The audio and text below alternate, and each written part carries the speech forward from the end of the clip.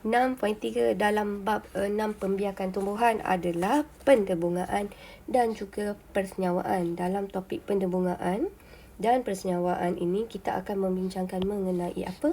Kita akan membincangkan proses pendebungaan, menghuraikan pembentukan tiub debunga dan pembentukan gamit jantan, menerangkan bagaimana proses persenyawaan ganda dua dalam pembentukan zygote yang diploid dan nukleus yang triploid, dan akhir sekali mewajarkan apakah kepentingan persenyawaan ganda dua dalam tumbuhan berbunga.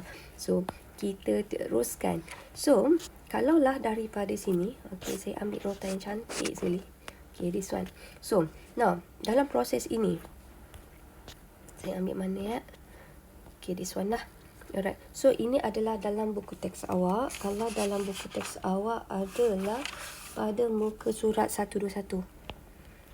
Ke surat 121. So, proses ini, proses persenyawaan. Senang kata, dalam proses persenyawaan tumbuhan, ia mesti bermula dengan proses pendebungaan. Bila berlakunya pendebungaan, barulah berlakunya proses persenyawaan. Dalam tumbuhan, proses persenyawaan tumbuhan dikenali sebagai persenyawaan ganda dua. Kenapa ganda dua? Sebab ia melibatkan dua gamit jantan yang senyawakan gamit betina. Okay, so kita mulakan. So, saya dah kata, dalam proses pembiakan tumbuhan, ia mesti bermula dengan proses pendebungaan. Okay, so apakah itu proses pendebungaan? Proses pendebungaan adalah apabila butir debunga atau butir debunga jatuh atas stigma. So, ini adalah pendebungaan. So, awak ingat, sebelum berlaku persenyawaan, pendebungaan kena berlaku dulu. Apakah itu pendebungaan? Butir debunga jatuh atas stigma. Ini kita panggil dia sebagai pendebungaan. Okey ni, pendebungaan ini ni. Nombor 2 ni sebenarnya, ini adalah penerangan mengenai proses pendebungaan. Apabila butir debunga jatuh atas stigma.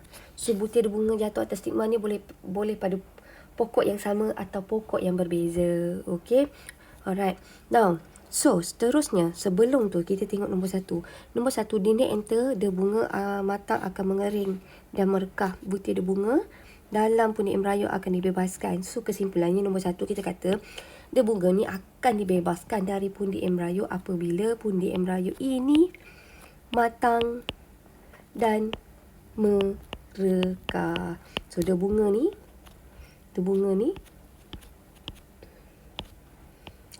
dibebaskan apabila pundi dibebaskan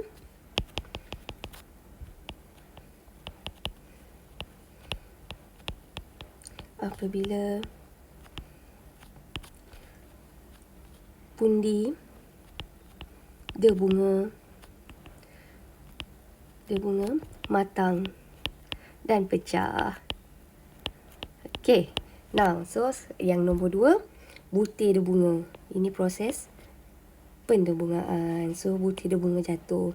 So, butir debunga tadi dah jatuh kan? Bila butir debunga ni dah jatuh, okay, ini prosesnya proses pendebungaan. Kemudian, apakah kesan bila butir debunga tu jatuh atas stigma? Nombor 3 ni tau. So, kesannya, debunga akan mengalami percambahan dan membentuk tiub debunga. So, senang kata, mula jatuh kan?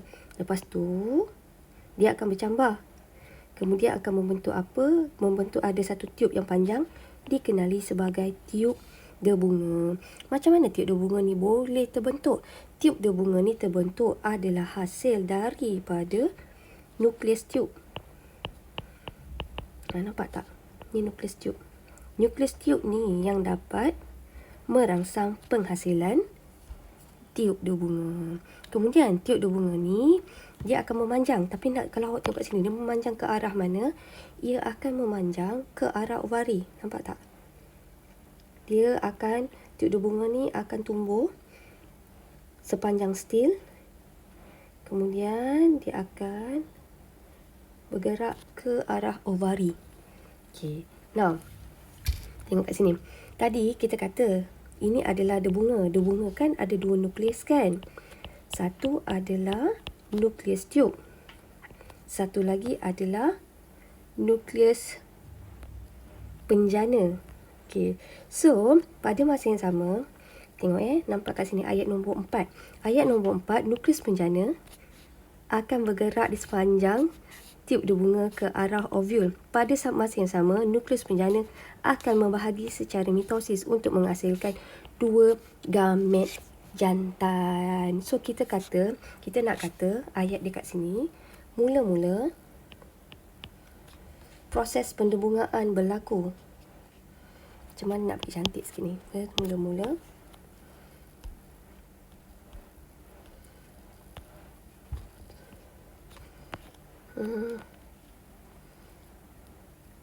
okay, pertama kita nak cakap debunga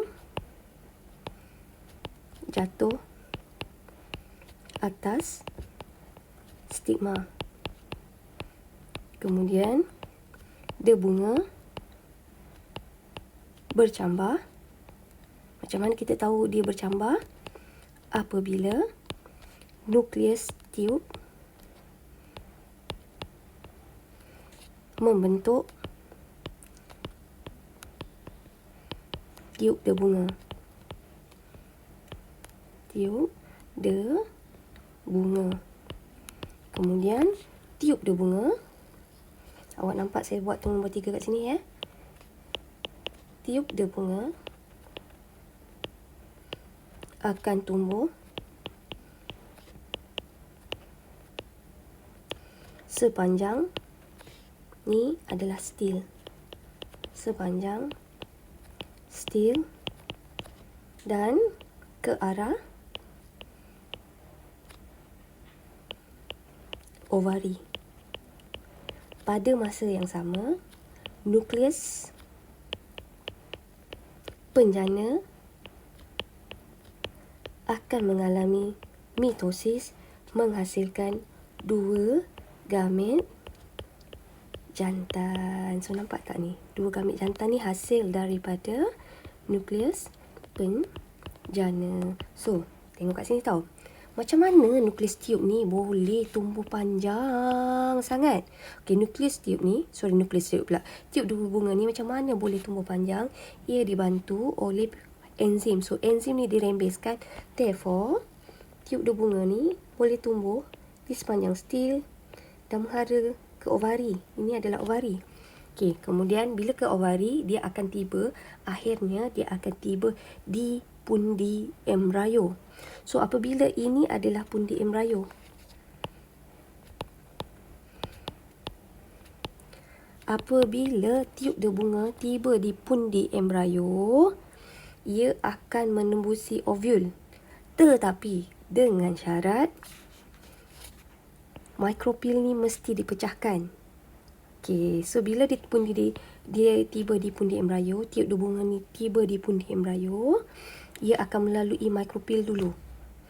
Bila dah sampai dekat sini ni, dekat mikropil ni, nanti nukleus tiup ni akan hilang, merosot dan gamet jantan dapatlah masuk ke pundi embryo. So, nampak kan? Okey, so tengok. Now, okey, kita ulang lagi sekali. Now, ini adalah proses yang pertama.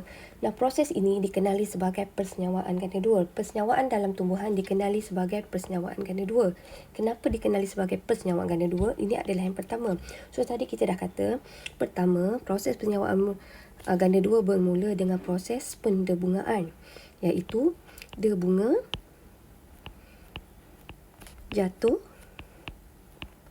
atas stigma. Kenapa dia jatuh atas stigma? Sebab stigma ni ada nektar tau. Dia ada madu.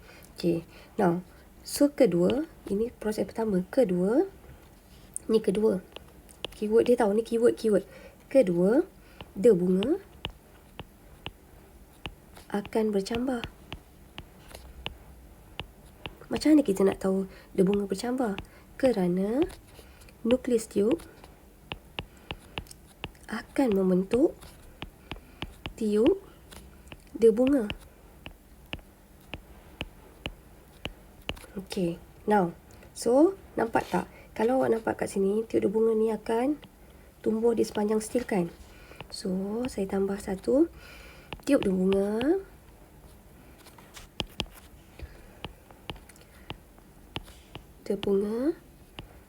akan berkembang, akan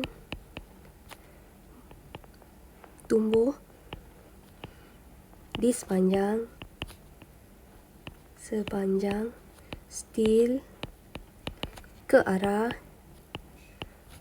pundi embryo. Saya ambil pundi embryo. Pundi embryo letaknya ke mana? Dalam ovari. Ke arah pundi embryo. Sebab kat pundi embryo ni nanti ada ovule kan.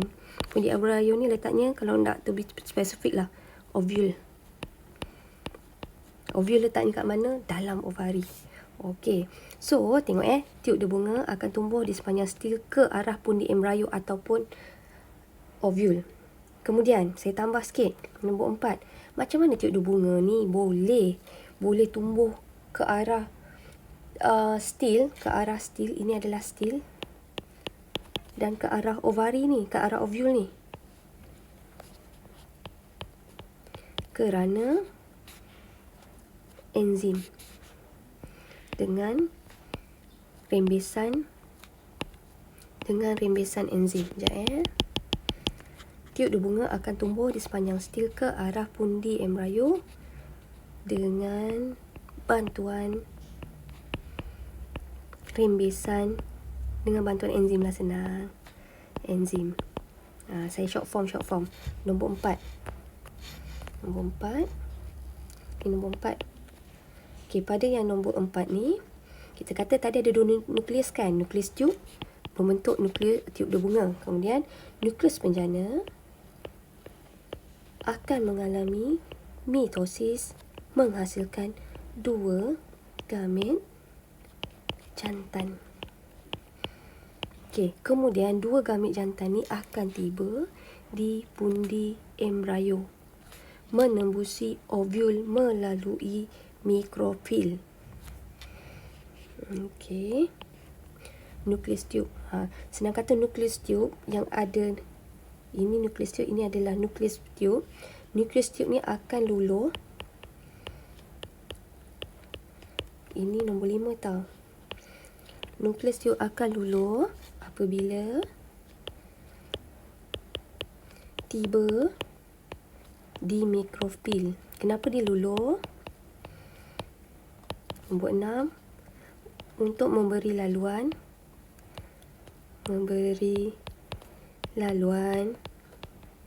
kepada 2 gamet jantan. Bila dah bagi laluan pada 2 gamet jantan, nombor 7 ni, persenyawaan ganda 2 akan berlaku.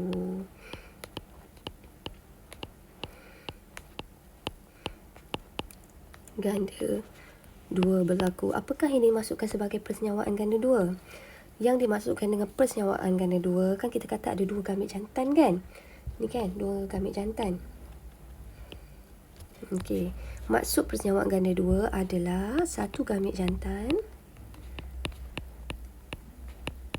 akan senyawakan sel telur membentuk zygote yang diploid 2N. 1 lagi gamet jantan akan senyawakan 2 nukleus kutub membentuk nukleus endosperma yang triploid 3N. So inilah yang dimaksudkan dengan proses persenyawaan ganda 2. Kenapa? Sebab dalam proses persenyawaan ganda 2 ia melibatkan 2 proses persenyawaan. 1, gamet jantan akan senyawakan sel telur membentuk sel yang diploid dikenali sebagai zygote. Satu lagi gamet jantan akan senyawakan 2 nukleus tube menghasilkan sel yang triploid yang dikenali sebagai nukleus endosperma triploid. Okey, apakah kepentingan proses persenyawaan ganda dua? Proses persenyawaan ganda dua ni adalah sangat penting untuk tumbuhan disebabkan ada 2 faktor ni. Pertama, proses persenyawaan ganda dua akan menghasilkan zygote. Zygote ni lah penting. Zygote ni adalah, dalam zygote ni nanti yang akan menjadikan anak. Okey, dia akan jadi benih. Dia akan jadi biji benih dan juga dia akan jadi anak benih lah. Okey. Dan satu lagi, tadi kan dia akan menghasilkan tisu endosperma. Senang kata macam ni tau. Tisu endosperma ni nanti dia akan berkembang. Nukleus tau. Yang ni careful tau. Nukleus endosperma, dia akan berkembang. Dia akan mengalami mitosis menjadi tisu. Mula dia nukleus kan. Okey, ataupun sel. Dia akan menjadi tisu endosperma.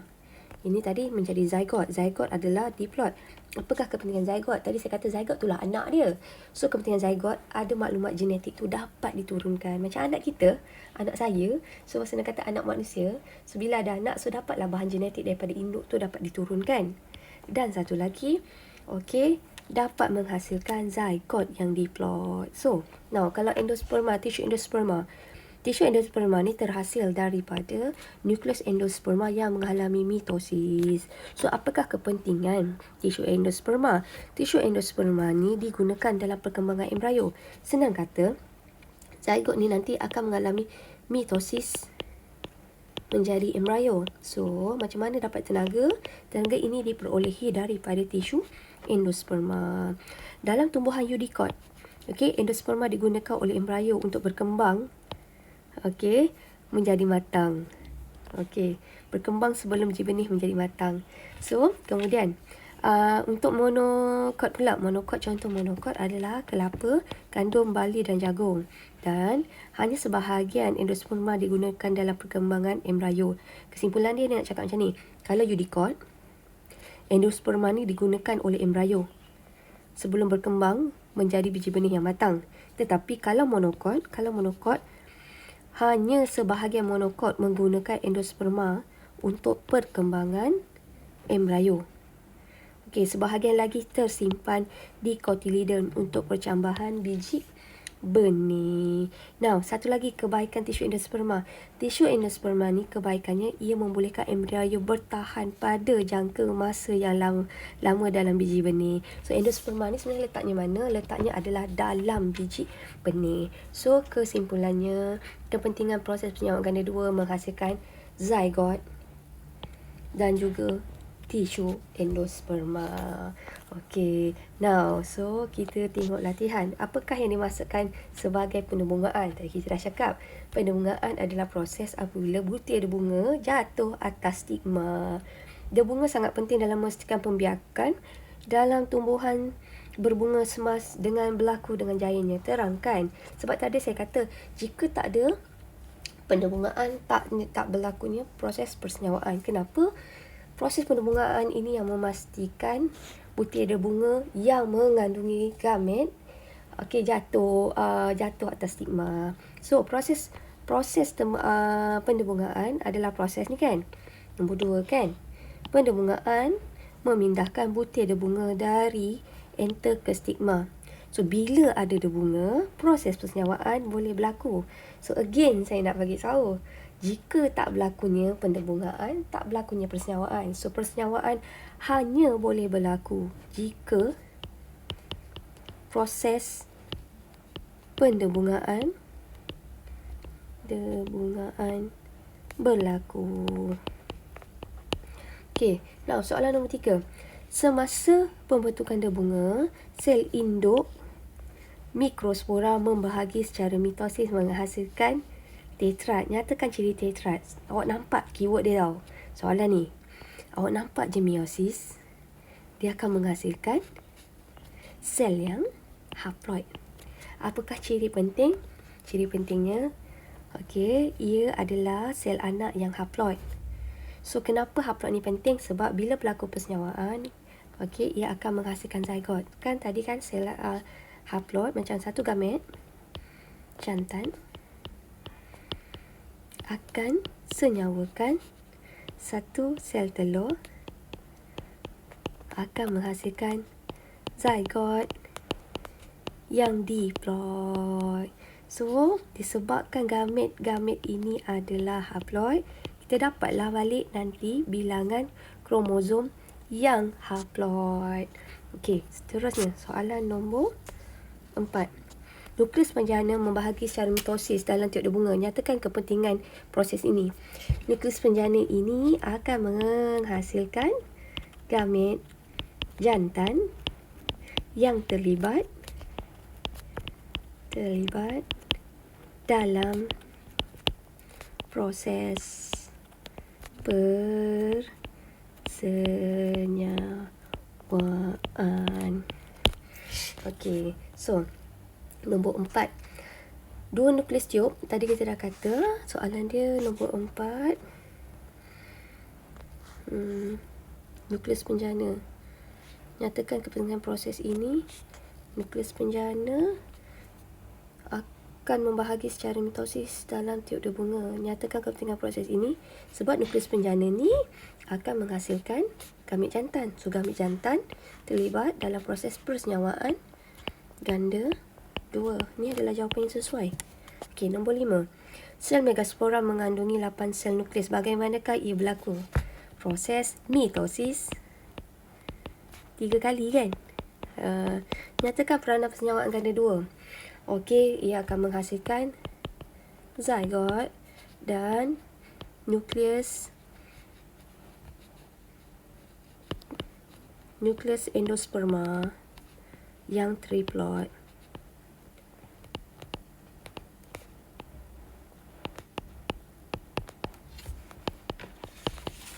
Ini adalah diploid. Okey, so jawapan dia. Nukleus induk akan mengalami mitosis 3 kali.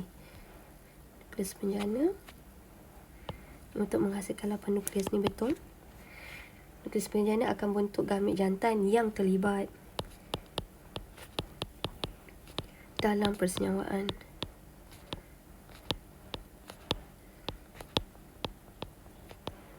Okey, soalan nombor 4 tu, awak tengok nukleus penjana kan, dia tak tanya nukleus tiup kan.